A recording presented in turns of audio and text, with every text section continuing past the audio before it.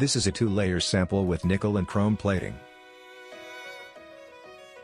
Let's test the thickness of its plating layers.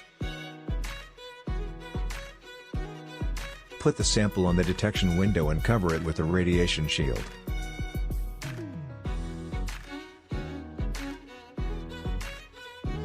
Select the mode as metal coating.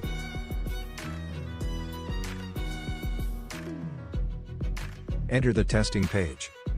We test the nickel plating layer of the sample first. In the coating setup, we select Ni/Fe. Click Start.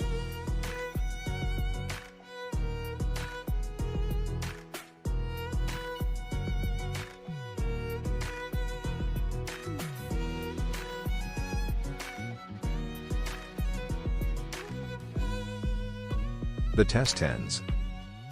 The result indicates that the nickel plating layer measures 0.2 micrometers. Next, test the chrome plating layer of the sample.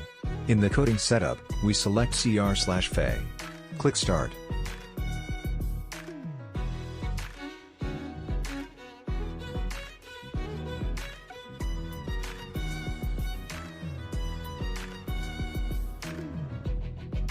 The test ends.